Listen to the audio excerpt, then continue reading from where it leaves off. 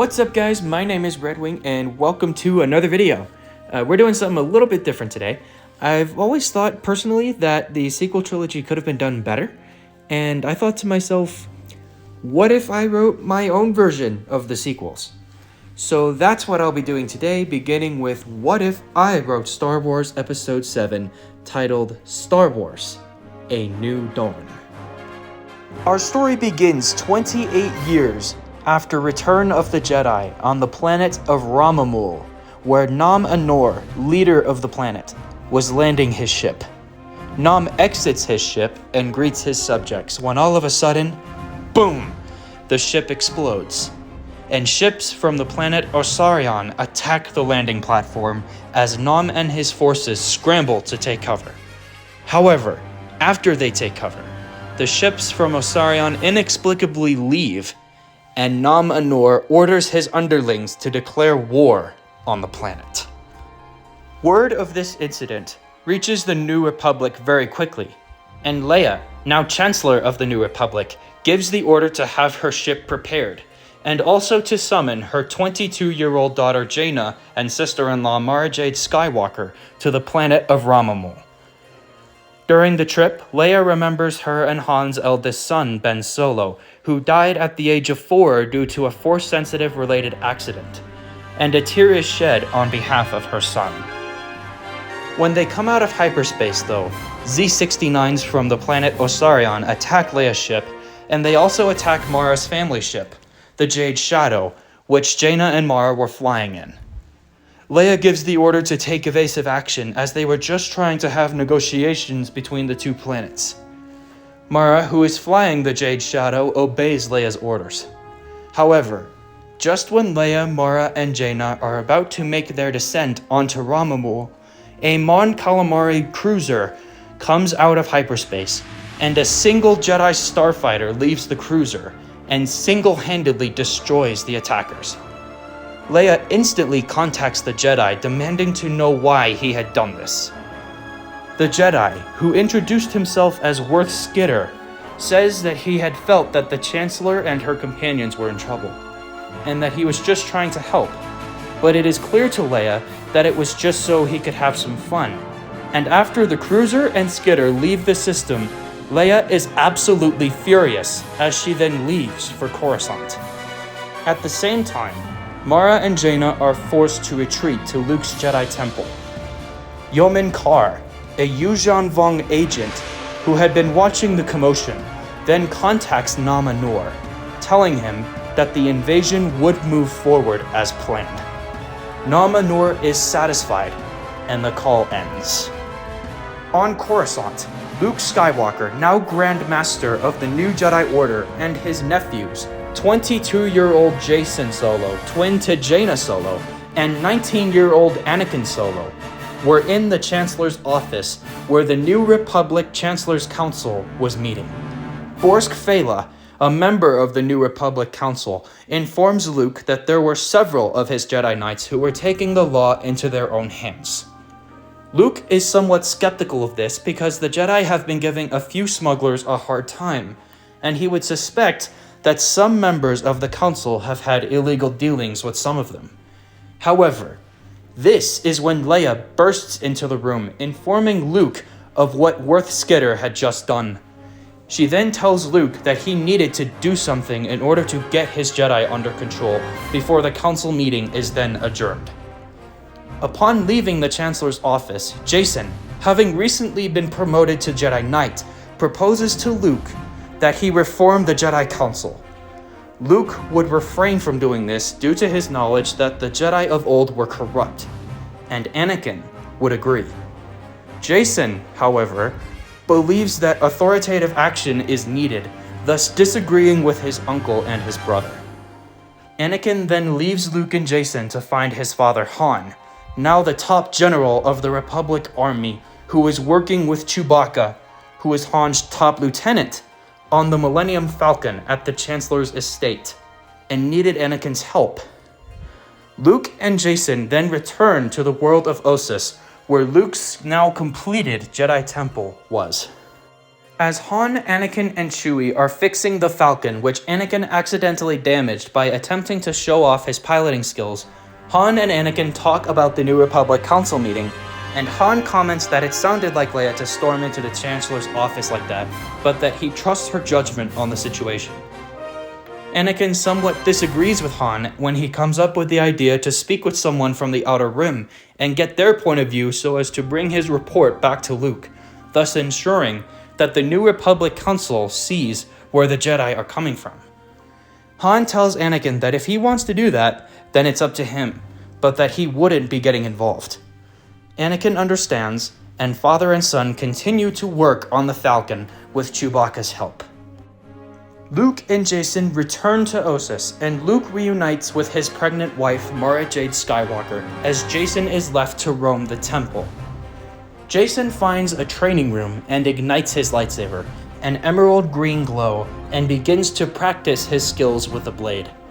It is a half hour of this before his girlfriend, Tenel Ka Jo of Hapes, comes into the training room and offers to help him practice. Jacen accepts, and they talk about their respective philosophies of the Force. Jacen believes that the Council needs to be reformed, but that the Jedi should not use the Force to right every wrong. Tenel Ka disagrees though, saying that any criminal who commits a crime should be brought to justice, and the sparring gets more aggressive. However, Jacen wins it out, reminding Tenel Ka that the Jedi were not meant to be a galactic patrol before the two Jedi Knights are summoned to the temple grounds by Jaina, as all Jedi were summoned to meet with Luke in an order-wide meeting. When the Jedi reach Luke's presence, Luke and Mara show a transmission from Leia, informing the Jedi that a transmission was being transmitted to the entire galaxy by Yuuzhan Vong War Master Savong Law, proclaiming that the Jedi be captured in order to stop the Yuuzhan Vong invasion of the galaxy. Leia then states the news that the transmission was sent out shortly after Luke and Jacen left, and Luke states the unfortunate news that Jedi have already been hunted down across the galaxy and either captured or killed by the Yuuzhan Vong or desperate citizens fearful of the invasion force. Leia says that the New Republic was told that the Yuuzhan Vong were plotting to take the world of Yavin 4, which is where Luke moved his Jedi Academy after Grogu left his temple in the Book of Boba Fett. Anakin, who was with Leia at the time of the transmission, asks permission from his mother and uncle to help save the Jedi on Yavin, but Luke and Leia forbid it. Leia says that even if they could do anything, they don't know what the Yuuzhan Vong were capable of, and that they would need knowledge on them before coming up with a valid plan. Luke agrees and even says that for all they know, the Yuuzhan Vong could be going to Ossus next. Leia would then inform Luke that he and Mara were listed as galactic fugitives by the HoloNet as a result of this, and since the galaxy knows where Luke's temple was, she warns Luke and Mara to run. The transmission then ends before Luke then gives the order for all Jedi to evacuate the planet and go into hiding. Mara is doubtful of Luke's plan for a moment, but Luke reassures her that after reconnaissance is done, the plan is to divide and conquer. Mara tells Luke that she trusts him before the Skywalkers get into the Jade Shadow and chart a course for an unknown planet. Anakin, meanwhile, protests his mother and uncle's orders and tells her that they have to do something, but Leia argues that they couldn't do anything even if they wanted to, as the New Republic no longer supported the Jedi Order, and her orders stand. However, Anakin knows that he can't just sit there and let those other Jedi Padawans die. So, Anakin steals a nearby ship, an abandoned excess stock light freighter, and departs for Yavin 4 alone. When he gets there, he is greeted with suspicion by the other Jedi Padawans before he warns them of the invasion force that was coming. It was then that a ship made of entirely organic parts come out of hyperspace, and Anakin scrambles to get the Jedi Padawans into his ship. Everyone, now believing Anakin, does so as Anakin ignites his lightsaber. The same lightsaber that Luke had lost when he fought Darth Vader on Bespin, and given to him by Han when he had found it in the possession of Maz Kanata shortly after the death of Ben Solo, when he had been so distraught and so heartbroken by his son's death that he had for a brief time gone back to his life as a smuggler. The Padawans escape after putting up a good fight, but Anakin's girlfriend Tahiri Vela and best friend Raynar Thul are captured by the Yuuzhan Vong, led by Sak Vuta and some desperate galactic citizens. Anakin vows to not return to Coruscant until he saves them. He leaves the ship in the charge of Padawan Valen Horn and takes an escape pod back to Yavin as the ship charts a course to Ahch-To, where the Padawans would be safe. Anakin gets into a fight with the Yuuzhan Vong after his escape pod lands. He puts up a valiant fight, but his lightsaber crystal becomes exposed during the fight, and the crystal is later destroyed when Anakin accidentally leaves an opening in his defenses. He treks farther towards the Praxium, but gets into another fight which nearly kills him. He is saved, however, by Vua Rapung, a rogue Yuuzhan Vong who had suddenly showed up. He introduces himself and tells Anakin that his body chemistry was physically altered by a Yuuzhan Vong shaper named Mezhan Quad, turning him into something of an outcast. He would then ask for Anakin's help in getting to the Jedi Praxium, as this was where the shaper was likely to be. Anakin agrees, since the Praxium is where he is going anyway, and the two warriors set off on their journey.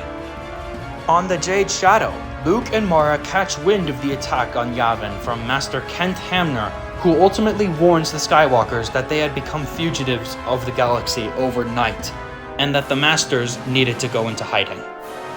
Luke begins to state that they're figuring out where to go, but he is interrupted as Mara suddenly goes into labor. Kent ends the call as Luke calls Han, Leia, Jason, and Jaina and informs them of the situation, telling them to meet him on Polis Massa. The Solos agree to do this, but Luke then tells Han about Anakin being on Yavin and disobeying a direct order, asking Han to pick Anakin up on his way over there. Han, willing to do anything for his son, agrees to do so before ending the call and setting a course for Yavin. On the way to the Jedi Praxium, Anakin discovers a purple crystal that he sensed belonged to the Yuuzhan Vong, and out of curiosity, placed it into his lightsaber to see if it would work. The lightsaber does work, igniting a beautiful purple glow, and Anakin is ultimately able to sense the Vong, but it's more of a fuzzy connection to them than anything else. Anakin and Vua then find the Praxium and spy on the Vong.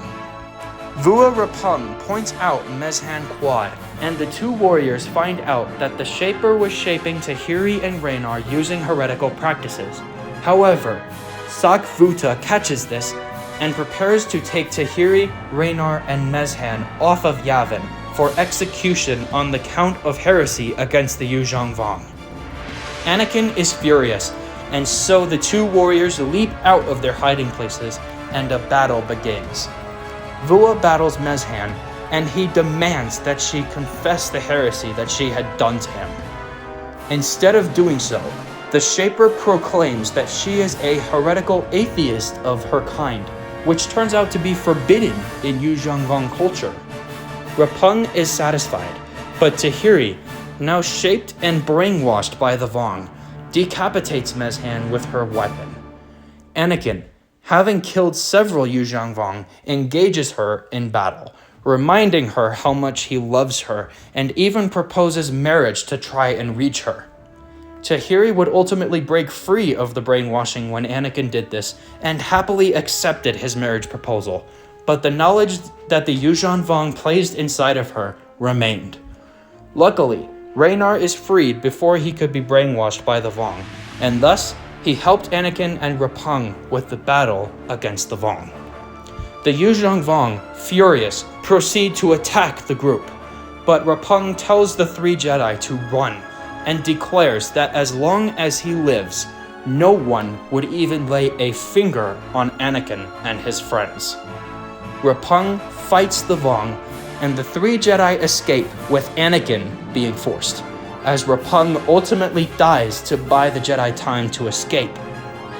Luckily though, the Falcon, which was sent by Luke, arrived at the Praxium and picked up the Jedi, charting a course for Polis Massa as he informs Anakin of the Skywalker situation. Anakin is also informed by Han that he may or may not face disciplinary action from both his mother and uncle due to his disobeying orders. Anakin is okay with this though, as he knows that he had done the right thing by saving the Jedi Padawans. Jacen and Tenoka, meanwhile, meet with Jaina on the world of Ramomamu, where the twins agreed to meet up before going to Polis Massa. However, once the group meets up, the Yuuzhan Vong attack them in swarms. The three Jedi are overwhelmed instantly due to the element of surprise that the Yuuzhan Vong had in their attack, and the Jedi discover that the Yuuzhan Vong were immune to the Force abilities that the Jedi were attempting to use on them. The Solo twins would ultimately call their mother when their ships get destroyed, and Leia agrees to get them, albeit being frustrated that they got themselves involved. Among the Vong was Nama Nor, who would attack Jacen relentlessly. However, Jacen was well trained by his uncle Luke, and he is able to hold his own for a long while against Anor. Jaina and Tenoka last a long time as well against their attackers. However, just as the three Jedi are about to be overwhelmed from the stress of the battle, Leia would ultimately pick them up just in time on her personal shuttle before charting a course to Polis Massa. She would express frustration with her twins, but would also express gratitude that Luke had trained them well, and that they were safe. On Polis Massa, Luke and Mara find out that Mara had contracted a virus that could kill her unborn son if not immediately dealt with. Luke, horrified at the possible loss of his son, would ultimately try to use the dark side of the Force to try and expel the virus from Mara's body. It doesn't work, however, and Mara proposes a new strategy while the doctors try and get their baby out. Mara and Luke would then use the Force to combine their presences with that of their son, and after some time, the virus in Mara's body is permanently gone. And when the Solos arrive on Polis Massa, Ben Skywalker is born, named after Obi-Wan Ben Kenobi, and also after Han and Leia's lost son, whom Luke had apparently been close with before his death. The Solos would congratulate Luke and Mara as the baby opened his eyes for the first time. Anakin would apologize to both Luke and Leia for not following orders, having had time to think during the trip to Polis Massa. He says that by disobeying the orders of the Jedi and Republic, it led to his girlfriend and friend getting captured and tortured, and that if he hadn't done what he did, the situation probably could have been avoided. Luke would accept Anakin's apology, saying that the Jedi would likely have not gotten there in time, and that Yavin probably would have been captured either way, but Anakin had done the right thing by saving whoever he could. Leia agrees with this, and the three of them reconcile as the Skywalker Solo family would have a very happy moment together to celebrate Ben's birth, and also the news of Anakin's engagement to Tahiri. Upon Leia's return to Coruscant, and after Leia had a change of heart about whether or not to fight, the Republic would declare war on the Yuuzhan Vong, and she would enlist the help of the Jedi in order to fight the Yuuzhan Vong, and in order to help protect the entire galaxy from the threat, and not just Republic space. The Jedi would agree to come out of hiding to help. However, Luke and Mara would stay on Polis Massa for the time being so that Mara could recover. Meanwhile, Nama Nur contacts the leader of the Yuuzhan Vong, the Supreme Overlord Shimra Jamain, along with several other high-ranking officials in the Yuuzhan Vong Empire, and awaits for orders as to what to do about the upcoming war. The Supreme Overlord then gives the order to have the Vong create monsters that were capable of killing the Jedi. For if the Jedi were to be killed off, then the Yuuzhan Vong would be unstoppable. Everyone agrees, and the call ends as the Vong begin their work. The story ends with Anakin's wedding to Tahiri, which was public and was attended by many people, including Leia, Luke, Han, Chewie, C-3PO, R2-D2, Mara, Jason, Jaina, and Baby Ben. Raynar also attended the wedding, as did many of their Jedi friends. The Jedi and Republic were now momentarily distracted from the war that was suddenly upon them through this wedding. However, Luke remained mindful and began to think of ways to defeat the Yuuzhan Vong and save the galaxy as he had almost 30 years before. Well, folks, that is our story today. Do stay tuned for What If I Wrote Star Wars Episode 8, coming to you at this time next week. Before we end, I'd like to introduce someone who's been asking me to put her in one of my videos for a while. So, before we end, I want to introduce y'all to my girlfriend. Hi guys, this is, I'm Red Wing's girlfriend. So, nice meeting y'all. I'm the one that's been pushing him to make these, so you're welcome. So, yeah, glad you could be a part of this video this time, love. Yeah, love you. As for those of you watching this, do subscribe if you're new, as it really does help me out. Turn on those notifications so you don't miss a thing. Follow my Instagram at Star Wars Red Wing. Thanks for watching. May the Force be with you, and I'll see y'all later.